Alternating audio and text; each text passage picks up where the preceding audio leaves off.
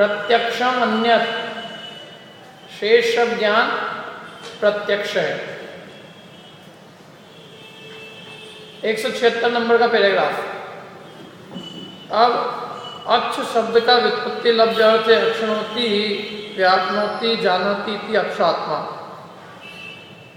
अक्ष, व्याप और ज्ञा ये धातु एकार्थक, इसलिए अक्ष का अर्थ आत्मा होता है। यहां तक तो अपन ने किया था। अक्ष माने आत्मा। इस प्रकार क्षयोक्षम वाले या आवरण रहित, चाहे वो क्षयोक्षम वाला हो चाहे आवरण रहित हो, आवरण रहित ज्ञान किसके हैं? केवल ज्ञानी का। क्षयोक्षम ज्ञान है, जितने भी संसारी ये सब क्षयोक्षम ज्ञानी है।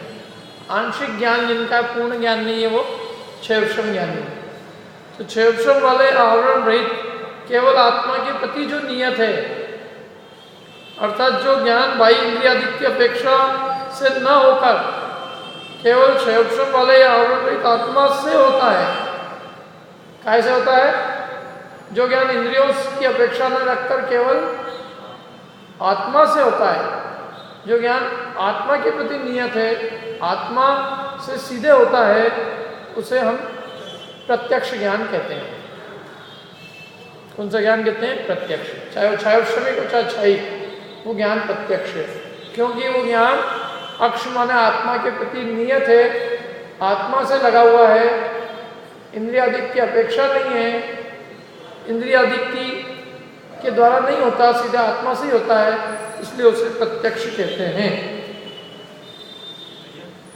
वह प्रत्यक्ष ज्ञान कहलाता है।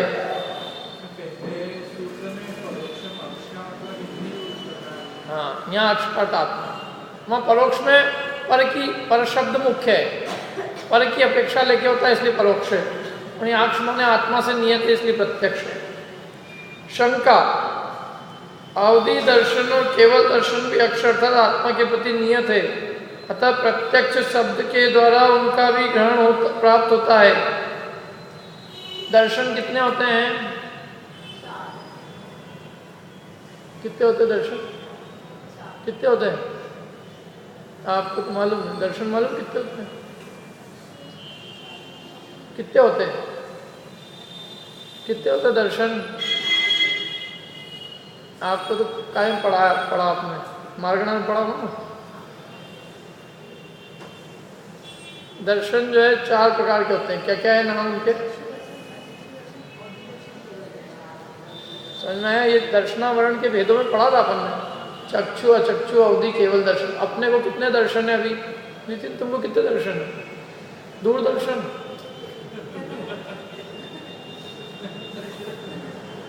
कितने दर्शन है?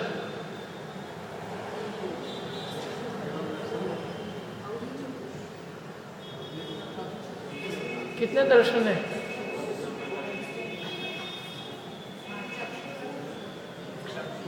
कितने दर्शन है अपने को? 2।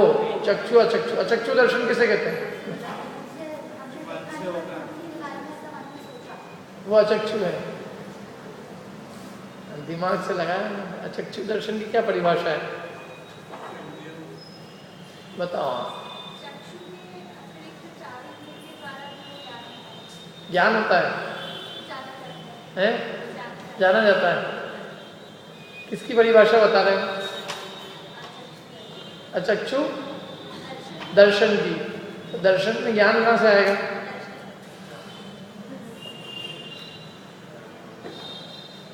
क्या परिभाषा है बोलो? सुन के बता सकते हो? क्या है बताओ परिभाषा? बताइए तो सही अभी हाल। फिर बोल दो वापस से सही सुधार के। क्या है?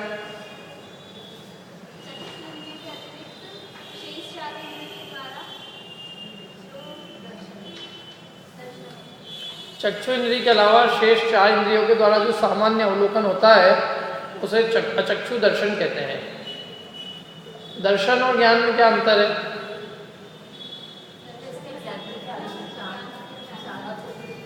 बता दो। दर्शन और ज्ञान में क्या अंतर है? पहले तो दर्शन किसे कहते हैं? दर्शन माने सामान्य अवलोकन और ज्ञान माने जानना। दर्शन और ज्ञान में 4 अंतर है। 4 याद है किसी को 4 अंतर, 3 अंतर, 2 अंतर, 1 अंतर? क्या अंतर है दर्शन और ज्ञान? आत्मा का स्वभाव दर्शन और ज्ञान है। आत्मा का स्वभाव ज्ञाता दृष्टा है। ज्ञाता माने ज्ञान, दृष्टा माने दर्शन। आत्मा का स्वभाव ज्ञान और दर्शन है। यहाँ ज्ञान का क्या अर्थ है और दर्शन का क्या, ज्ञान और दर्शन में क्या अंतर है? ज्ञान माने जानना और दर्शन माने सामान्य अवलोकन। दर्शन माने देखना और ज्ञान माने जानना। लेकिन देखने का अर्थ सामान्य अवलोकन है। सामान्य अवलोकन का क्या मतलब? बिना किसी भेद प्रभेद के जो सत्ता मात्र का ग्रहण होता है उसे हम दर्शन कहते हैं।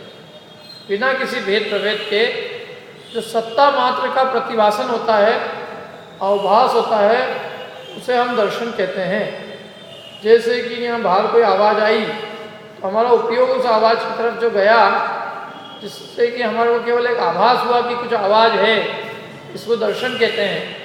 और वो आवाज़ किसी बैंड बाजे वाले की है, ये जो है ये ज्ञान कहलाता है। तो सामान्य अवलोकन को दर्शन कहते हैं और विशेष जानने को ज्ञान कहते हैं। सामान्य अवलोकन में केवल सत्ता का ज्ञान होता है, विशेष जानने में उसके भेद प्रभेद आदि जाने जाते हैं, मतलब उसको विशेषता से जाना जाता है। दर्शन निर्विकल्प होता है और ज्ञान विकल्पात्मक होता है। दर्शन निराकार होता है और ज्ञान साकार होता है। दर्शन में सत्ता मात्र का आभास होता है और ज्ञान विशेष जानता है। और दर्शन पहले होता है और ज्ञान बाद में होता है। दर्शन के 4 भेद है और ज्ञान के 8 भेद है। और दर्शन इसको क्या आज फिर कोई कीड़े चालू हो गए यहाँ पे? क्या कीड़ा दिख रहा है इसमें? इसको भगाना तो एक सेकंड, उस कीड़े को बेचारे की मौत आ गई।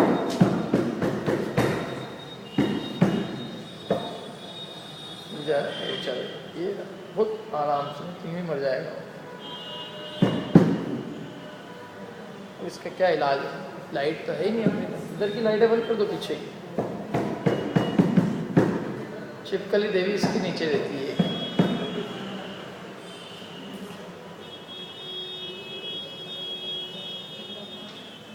मुझे पता नहीं क्यों ऐसा, तब पता चल जाता है।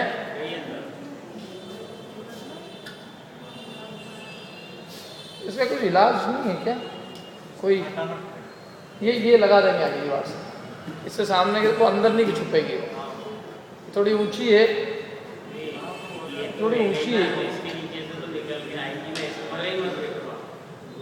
नहीं तो ये हटा देंगे ना, ये लगा देंगे। ये नहीं, ये इतनी ऊंची, इसके छोटी जो है ना, छोटी सी लगा देंगे। छोटा भी छोटा वो आता पटिया जिससे दिखता है आर पार, जो दिखे जिससे नीचे क्या है, तो दिखेगा तो नहीं छुपेगी वहाँ। अभी दिखने का नहीं है तो छुप जाती है। चलो खैर, छिपकली चर्चा बाद में कर। तो ये रोज विकल्प आता है, अपने निमित्त से किसी की हिंसा हो। तो क्या बात चल रही थी अपनी? दर्शन और ज्ञान। दर्शन के कितने भेद हैं? दर्शन छद्मस्त को दर्शन पूर्वक ज्ञान होता है और केवल ज्ञानी को दर्शन और ज्ञान साथ में होता है। ठीक है। और दर्शन जो है अचक्षु दर्शन का उदाहरण। अभी एक उदाहरण तो बताया, जो अपना आवाज की तरफ उपयोग गया या चक्षु दर्शन। ये इंद्री, चक्षु इंद्री के द्वारा नहीं हुआ ना। क्या दर्शन का अर्थ देखना है, लेकिन देखना केवल चक्षु के द्वारा ही नहीं होता है, बाकी 4 इंद्रियों के द्वारा भी होता है। सामान्य अवलोकन कहते हैं ना अपन, ये नमक देख के बताना, तो ए नमक क्या है? कचौरी देख के बताना इसमें नमक है कि नहीं। देख के बताने का अर्थ क्या है? देख के बताना। कहाँ से देखा? देख के बताना, लेकिन बोलते से ये देख के बताना। पानी देख के बताना है गर्म है कि नहीं। इसमें देखना तो इसमें दुर्गंध आ रही है क्या? ये कहाँ से देखूँ मैं? कि इस इंद्री से देखो। इससे भी देखा जाता है कि नहीं? इससे भी देखा जाता है, इससे भी देखा जाता है। देखना तो वहाँ आवाज आ रही है। तो अपन देखने का अर्थ, देखना जो शब्द है वो सब इंद्रियों के अर्थ में लगाते हैं, लेकिन फिर भी सामान्य रूप में देखना चक्षु के लिए ज़्यादा उपयोग होता है। इसलिए चक्षु दर्शन एक शब्द अलग से रखा और बाकी इंद्रियों के द्वारा होने वाले दर्शन को अचक्षु दर्शन कहा। ऐसे दो दर्शन होते हैं। और तीसरा जो अवधि ज्ञानी को जो दर्शन होता है अवधि ज्ञान के पहले, उसे अवधि दर्शन कहते हैं। और केवल ज्ञानी को जो साथ साथ दर्शन होता है उसे केवल दर्शन कहते हैं। ऐसे 4 प्रकार के दर्शन हैं। हमें इनमें से कितने दर्शन हैं अभी? हैं? ये मच्छर होता है ना, मच्छर के कितने दर्शन है? मच्छर के कितने? एक। कितने इंद्रिय होता है मच्छर? 4 इंद्रिय की कौन कौन सी इंद्रिय होती है? आंख नहीं होती, बाकी 4 होती है। इंद्रिय के नाम बताना, इंद्रिय के नाम मालूम है? नहीं, इंद्रिय के नाम मालूम है क्या है? बताओ।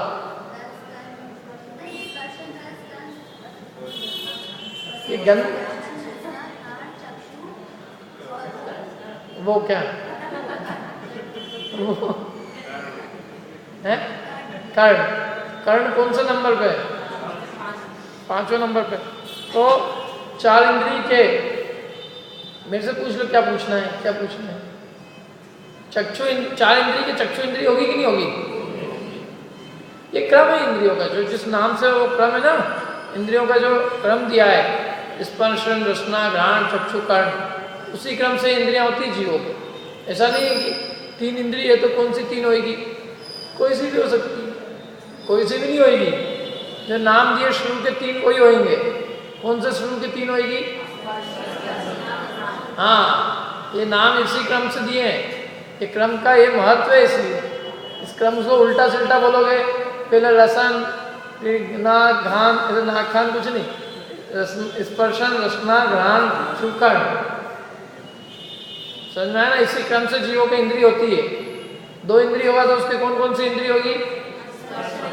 रसना। 3 इंद्रिय होगा तो घ्राण और हो जाएगा। 4 इंद्रिय होगा तो चक्षु और होगा। तो 4 इंद्रिय के चक्षु इंद्रिय एक नहीं है, तो उसके कितने दर्शन होंगे? 4 हो जाएंगे। कौन से 4? चक्षु और अचक्षु। 3 इंद्रिय के कितने दर्शन हैं? 2 इंद्रिय के, 1 इंद्रिय के, सिद्ध भगवान के कोई दर्शन ही नहीं है, केवल दर्शन। जिन्हें अवधि ज्ञान है उनके कितने दर्शन है?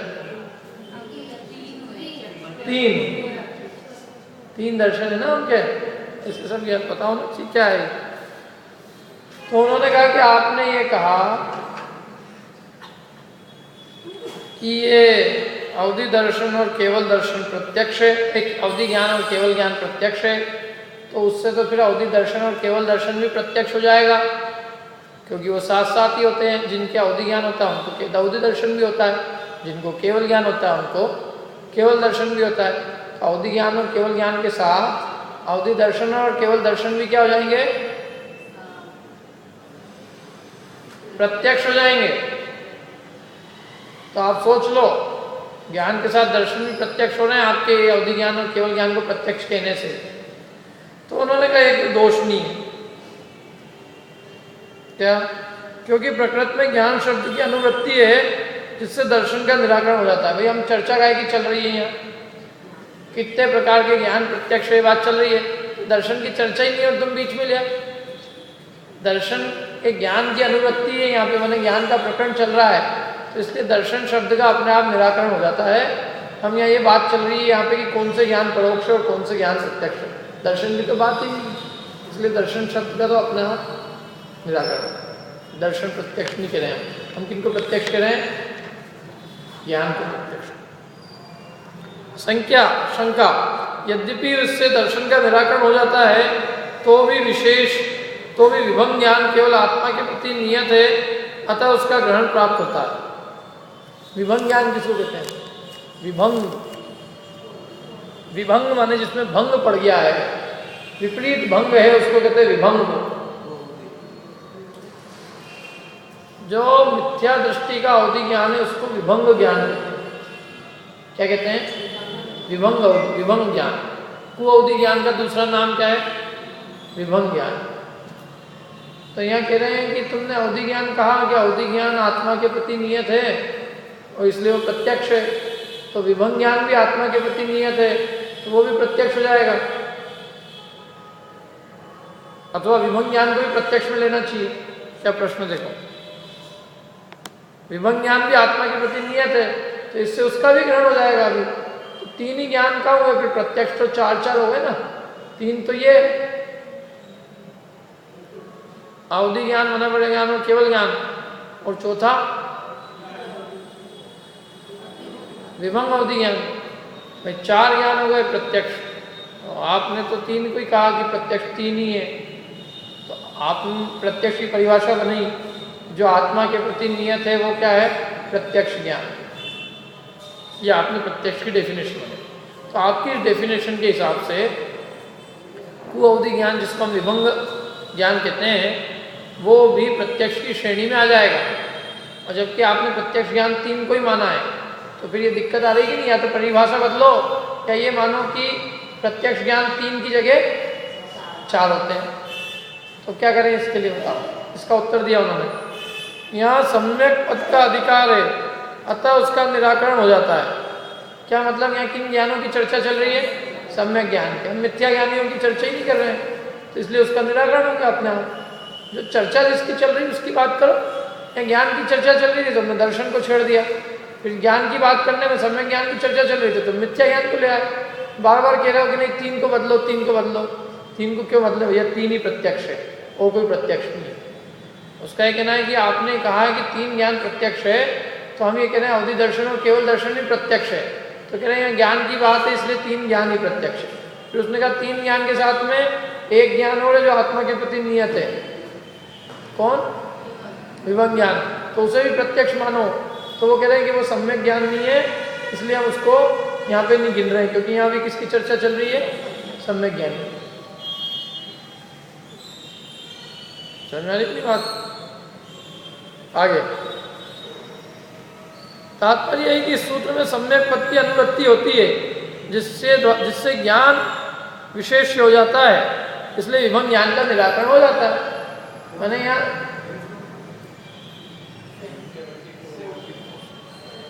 ज्ञान विशेष, माने यहाँ विशेष ऐसे सम्यक ज्ञान की चर्चा चल रही है, ज्ञान सामान्य की बात नहीं चल रही है। ज्ञान सामान्य की बात करते तो कुअवधि ज्ञान को भी हम प्रत्यक्ष में ले लेते हैं, लेकिन यहाँ तो विशेष ऐसे सम्यक ज्ञान की चर्चा है, इसलिए उस विभंग ज्ञान का निराकरण हो जाता है।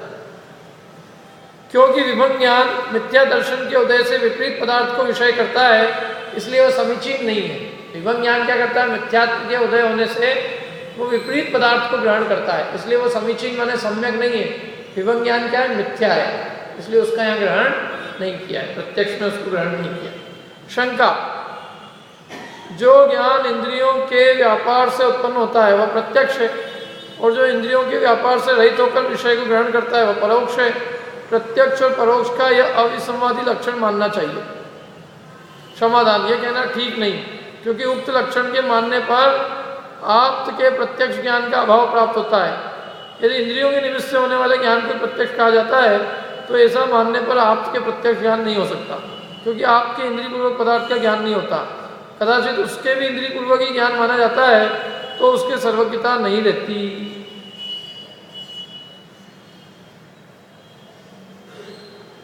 क्या प्रश्न है? समझ में आया कुछ? बहुत बढ़िया प्रश्न किया इन्होंने। क्या कहा उन्होंने कि हम आपको एक दूसरा लक्षण बताते परोक्ष प्रत्यक्ष, ये आप जो बता रहे हो हमको थोड़ा जम नहीं रहा है। तो हमारी एक एडवाइस है कि थोड़ा सा अपन इसमें थोड़ा मॉडिफिकेशन कर लेते। संविधान में संशोधन। क्या संशोधन करो कि प्रत्यक्ष की आपने जो परिभाषा बनाई है वो क्या बनाई है?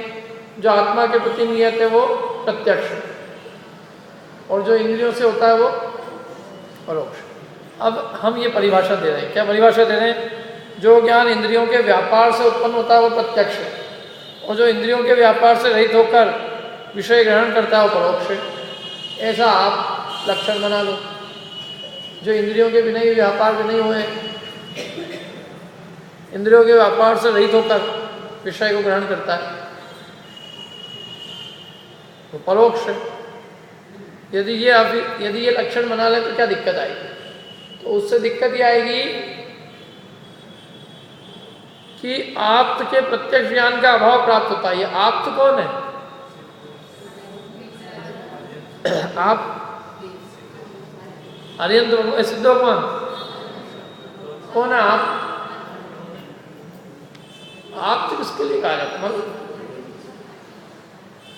आप सबके लिए। आप माने तीर्थंकर देव जो अनंत अवस्था में है उन्हें आप्त कहते हैं। अनंत भगवान को आप्त कहते हैं, सिद्धों को नहीं कहते हैं। किनके इंद्रियां हैं? किनके किनके इंद्रिय निमित्त है? उनके इंद्रिय निमित्त जानने में। तो है तो ऐसे तो बाल भी है अपने, लेकिन वो जानने में निमित्त है क्या? तो उससे क्या है? वो जैसे अपने बाल है कि जानने में निमित्त नहीं होते, ऐसे उनके इंद्रियां हैं, जानने में निमित्त नहीं। बहुत सारी चीजें हैं अपने आप। ये नाखून भी है, टोनी ये जान लेते थोड़ा बहुत, लेकिन ये बाल तो किसी का बाल नाखून तो शरीर के अंग प्रत्यंग हो, लेकिन वो जानने में निमित्त तो ही नहीं है। ऐसे ही अनंत भगवान की इंद्रियां होती है, कोई ऐसा तो ही नहीं। ये देखो फिर आई,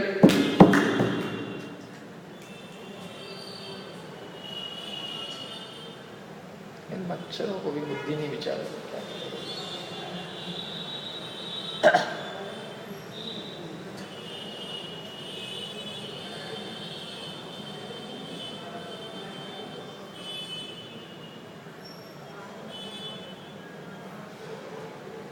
जो सामने वाला पाटा है वो फिर भी ठीक है, ऐसे आज नहीं, अभी बाद में कर लेंगे। मुझे ये पाटा रखा है और कैसा रखा है? फिर आ गई क्या है कि मेरा उपयोग आधा तो वही रहता है कि आए नहीं आ रही। इसकी लाइटें या तो बंद कर दें अपन, और सब भी इधर की लाइट अंधेरा हो जाएगा।